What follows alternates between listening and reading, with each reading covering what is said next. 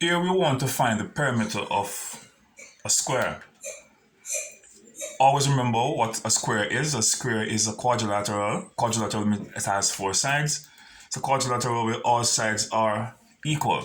So if you're given a measurement for one side, you can easily go ahead and assume that the other sides are the same measurement. You don't have to say 4, 4, 4, 4.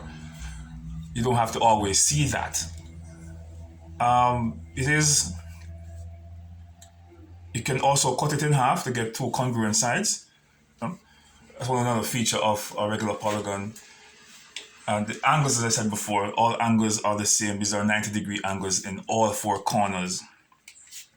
All sides are equal for the square. Never forget that. Different from the rectangle. Don't mix it up.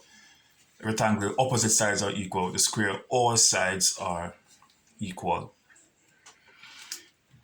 The area is the total space occupied here. And depending on what you're measuring, then the unit of measurement is going to be different. We use meter for measuring distance from one point to another. If you were measuring liquid, then you will use capacity, you use liter. All right. If you were measuring something like rice or flour, then you use gram. But we use meter to measure the distance. All right. In this particular case, we're using decameter.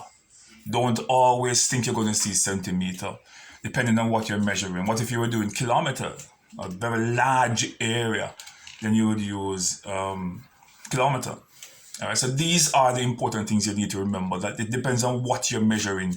You use decameter, centimeter, millimeter, meter, all right, a kilometer, whichever one. How do you find the perimeter of the square? The perimeter is the total amount of distance around the object or the area. So if here is 4, here is 4, here is 4, here is 4, you're going to add the total sides, which would be the total distance around the thing. Here we have a formula, 4 sides. So you could say 4 times 4, which is 16. Or you could say 4 plus 4 plus 4 plus 4. 4 and 4 give you 8, 8 and 4 give you 12, 12 and 4 give you 16. Put back a unit of measurement, which is decameter, decameter. We don't use to the square for perimeter because we're not using multiplication, all right? So you can do it this way. Add up all the sides, 1, 2, 3, 4 sides, and you could multiply the sides,